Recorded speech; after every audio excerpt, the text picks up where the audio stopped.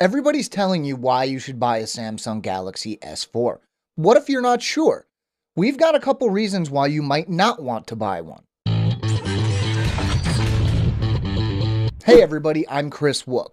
Now just ask anybody who's disappointed in Windows 8 and they'll be happy to tell you that the new thing isn't necessarily always the best thing. To that end, we've got 5 reasons why you might want to hold off on picking up that S4. Let's get started with number 1. Yeah, it's true that the Galaxy S4 has some of the fastest hardware currently available, but we're quickly reaching a point where those sorts of improvements are barely noticeable. Not to mention, with all the new software, it's not exactly a huge step up in terms of raw performance. It's the same case with the design. Samsung has been criticized recently for a lot of their devices looking very much the same, and it's hard to disagree with that. A lot of people like some variety. And that brings us to number 2. Samsung isn't the only manufacturer around, and remember, the S4 isn't the only device they're selling. You might prefer an HTC One, or a Sony Xperia Z, or the crowd favorite, the Galaxy Note 2, or countless others, and they're all going to bring something different to the table. If you're happy with what you've got, why upgrade? And if you're on the lookout for a new phone, make sure it's got the features that matter to you. Speaking of which, you might not find yourself using many of the features on the Galaxy S4.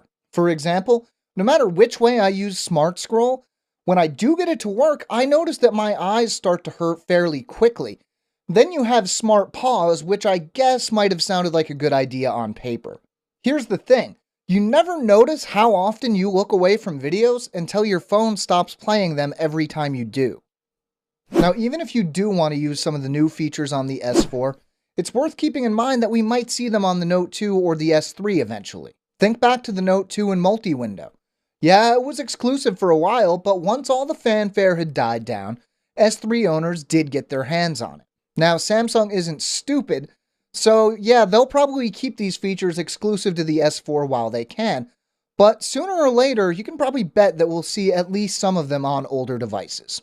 Now, our final item is something that a bunch of you have been screaming at us about, the Galaxy Note 3. We already know that the hardware is going to be a step up, plus it's just big.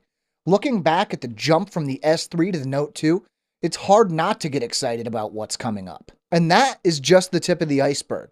When you combine the Note 3 with what's likely in store from other manufacturers, it starts to look like a better and better idea to hold on to your trusty older phone until we know what exactly is coming down the pipeline.